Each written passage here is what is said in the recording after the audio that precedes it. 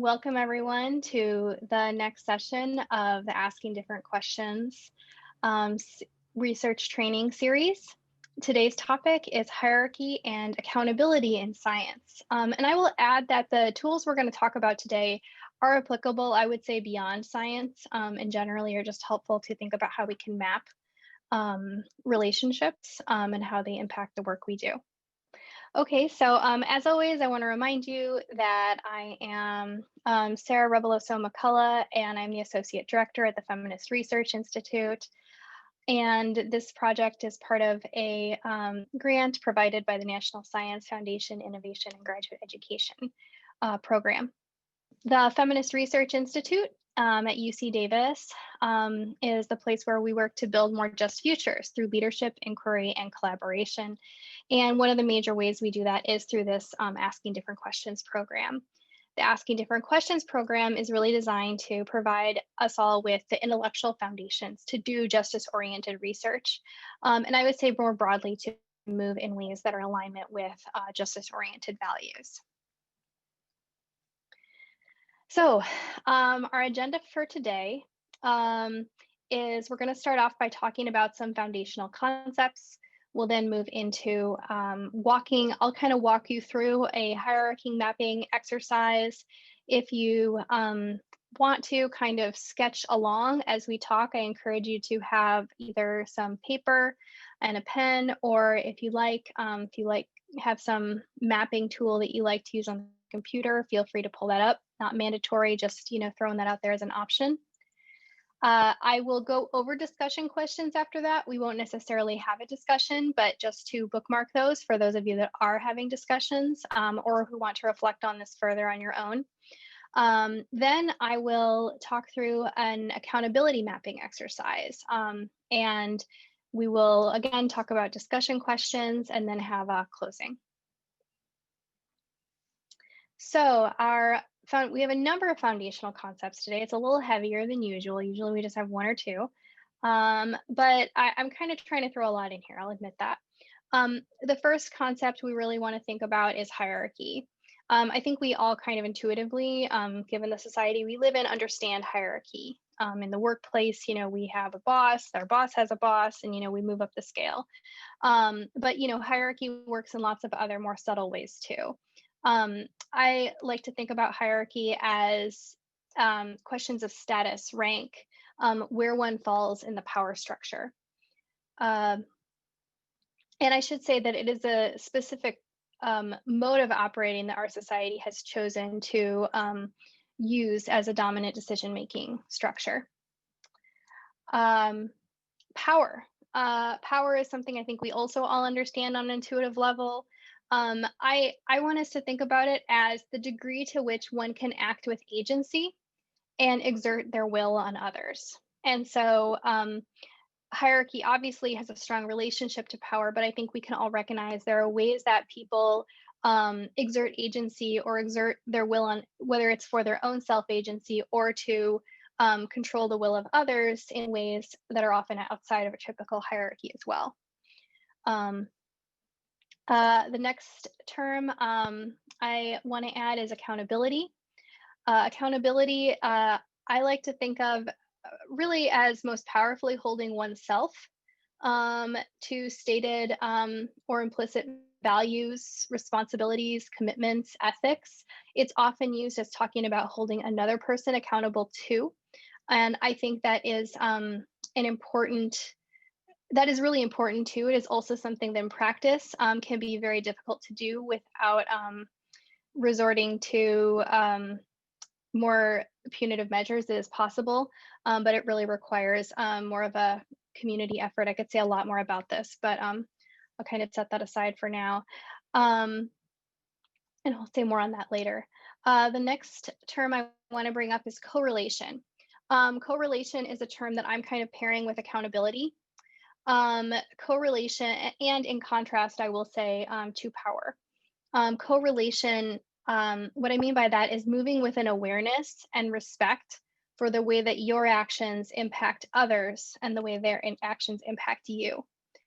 So it's less thinking about how can I control another person, which often is how power operates, and more thinking about how I can move in a way that is responsible for the way my movements will affect another person.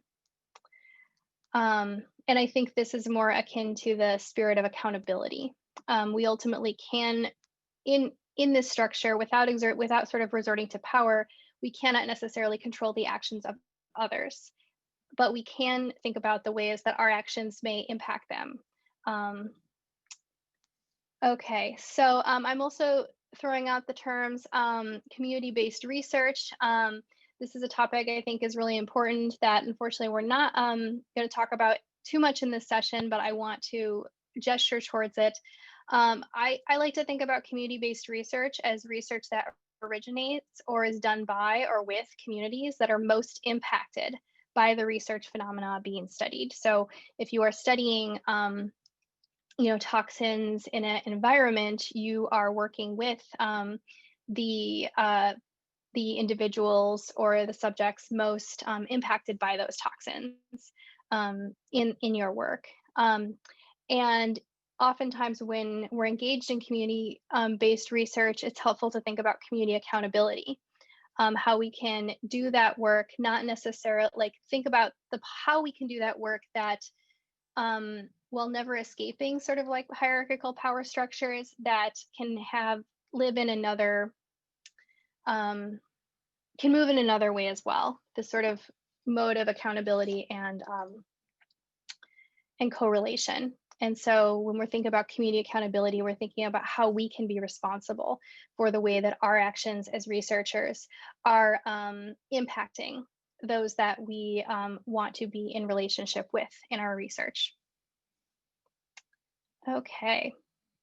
Um, a lot in that. I encourage you all, there's a lot more reading and thought work that can be done around all those topics. But those kind of set the groundwork for the exercise I want to do with you all today, which is hierarchy mapping. Um, so I encourage you to think of about the hierarchies related to your own research project, lab, or field. And I'll caveat in all of this, I'm going to continue to talk about things in a research context. If you choose to, you can think about other contexts that may be more on your mind at this moment, that you want to think around hierarchy and accountability. So choose the sort of setting of your own that feels most relevant to you right now. So as you're mapping these hierarchies, I want you to map how I want us to think about how they operate in practice, not in theory. So because sometimes we know that the way people talk about hierarchy working is often different from how it actually works in practice. So think about how it actually works in practice and specifically from your particular perspective. We can imagine often how a hierarchy might be from a different position, and that can be a good exercise. But for today, I really want to think about how it looks like from where we're at, like where are we in the hierarchy? And I'm going to put up some questions that you can think about as we're moving through this. One, who and what has power and influence? One question you could think about, whether it's direct power, hiring and firing, or influence, who people tend to listen to. Who and what sets the agendas and priorities? Who decides what's going to be important for the group? Who has control of the resources? This could be access to, along with funds, this could be access to space, access to people. Who hires, fires, writes paychecks? Who influences the intellectual conversation? This kind of relates to like who sets the priorities, who decides, what's important to talk about. Also, who does the day-to-day work? And I would encourage you to think about, the second question, who else is needed to make the research machine run but is often overlooked? This may include people that aren't necessarily researchers per se. And think also about where they fall in the hierarchy. So I'm going to now share some maps that have been done that were done by previous researchers when I was kind of testing out a lot of these. So thank you to all of those who did share. These will be kind of hard to see, but I put them up there just to kind of give you a sense of what these can end up looking like. So don't worry if you can't read everything. This is a person, and I should caveat too in this exercise, people did choose different positions, not necessarily just their own. So in this, we see this sort of university at the center, and this person essentially did a mapping of disciplines on the bottom and things that influence the university at the top. Um, so just one way of mapping, and I won't kind of get into the details, but just one way to do a map. Here we have a hierarchy according to a biometeorologist, and here we kind of have like their specific position. We can see different sort of like administrative units, chancellors, deans, department chairs, kind of coming down to faculty. We see, a whole bunch of arrows pointing towards undergrads, kind of at the bottom. We see, we see kind of like legislature and, kind of just weaving all over. Another map, again, mapping sort of like, a specific hierarchy of a discipline. Where we have sort of like the sort of typical traditional sages of the field at the top, moving down into what types of research in this field are most valued, noting then who has the most value. I think interestingly, they point out the sort of like power around language, which is something I don't know, it isn't always noticed in scientific research. This next one, modeling what types of research are considered sort of like have the most prestige versus those that do not. So going from sort of like a pure ideological more form of research to very applied research, while also mapping in here where actually the money is, which would probably create a different sort of hierarchy map. And the final one here, we see sort of like a more medical context, a mapping of how the hierarchy of research sort of flows. Okay, so that's just a couple different examples to kind of show you what these can end up looking like.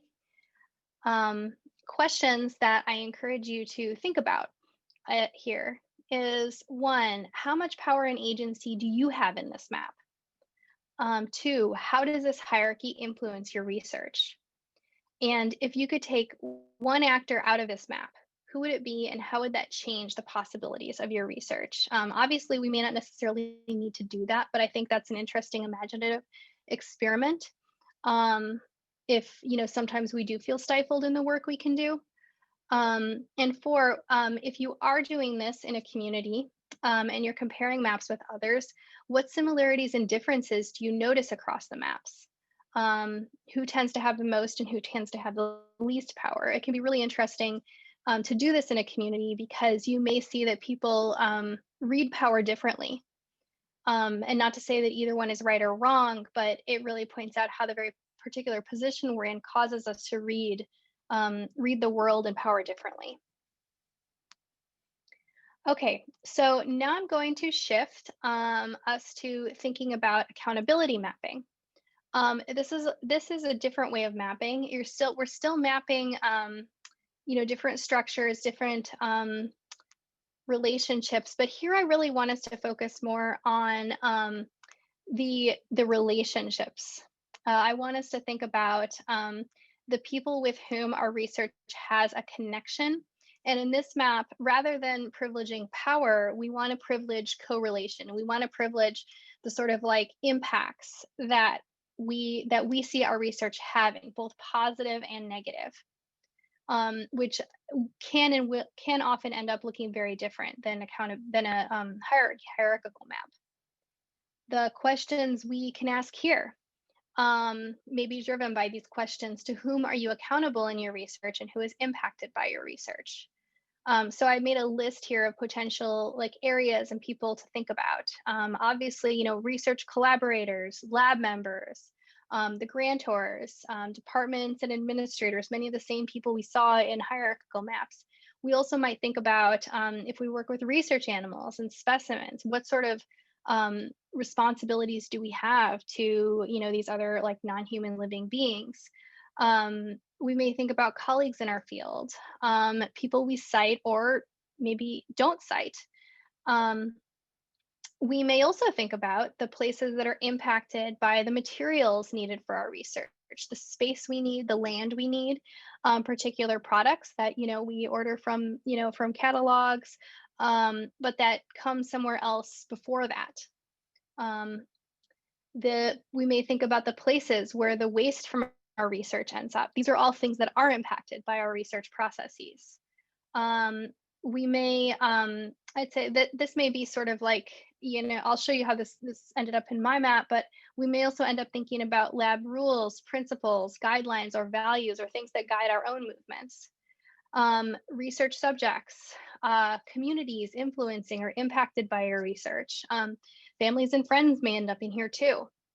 Um, and think about how you can also distinguish the relationships that you want to be most accountable for. Or another way of doing this is to distinguish the different types of maybe like values or responsibilities or relationships that show up in the work.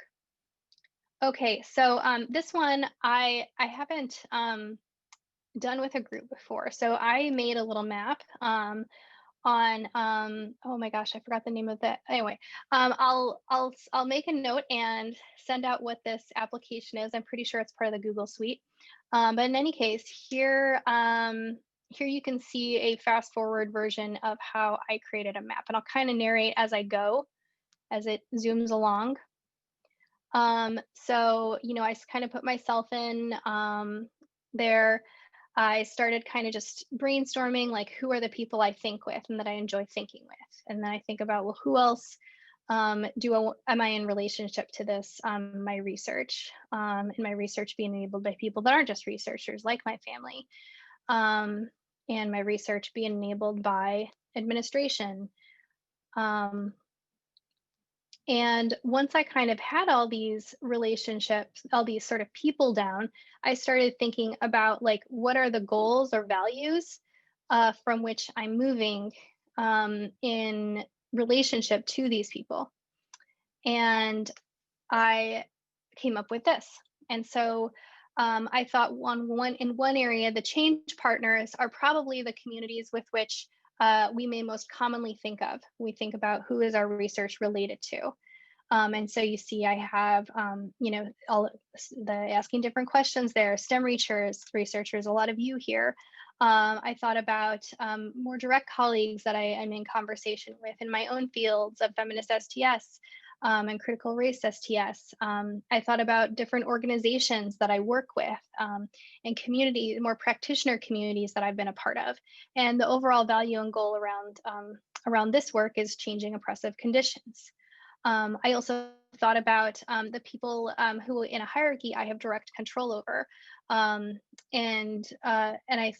think about, like, okay, what is my responsibility there? I would include the responsibilities to them as change partners as well, but there's also a very different, specific, accountable thing I need to be responsible for, which is this hierarchical role I have in maintaining a livelihood and maintaining a community with those people.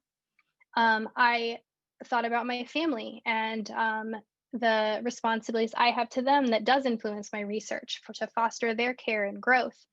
And finally, I also thought about my responsibility to decision makers, and they're really centering in the response. I loosely put meeting responsibilities, but they're thinking about, there are specific conditions that I have said I will meet for these people, and I do need to do that. Now, one of the reasons that these accountability maps can be helpful is, when I did this, I saw, okay, I have these four kind of things I'm trying to do. It can help me to recognize there are going to be times when these things are in competition. For example, if there may be times when meeting my responsibilities to decision makers may be in tension with my goal to foster care and growth for my family because of deadlines. And I have to make a choice. There may be times when there's a tension between meeting responsibilities and changing oppressive conditions, because we can't necessarily do everything at once. So making a map like this can also help us to make better decisions and be aware, like when we are compromising, how it's impacting our other relationships. And not that we can necessarily always avoid that, but we can then be more responsible for the impacts.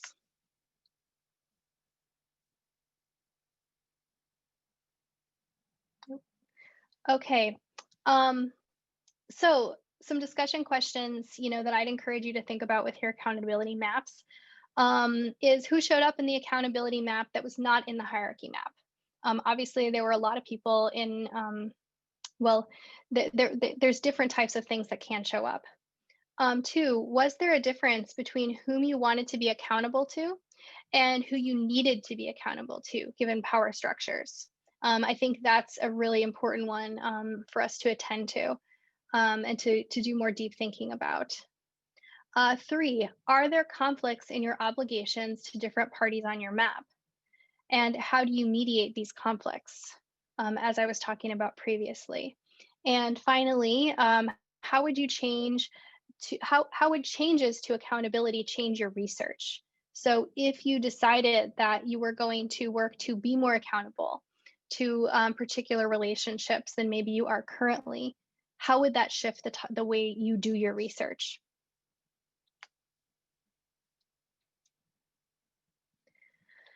So, in closing, I, want to remind us that oftentimes when we do this work, we will notice that hierarchies encourage us to be accountable to those in power, making us most accountable in our research to those with power. That sort of is the way that the systems are often set up. Um, Two, we should also think about, therefore, that our research is predisposed to support those with power.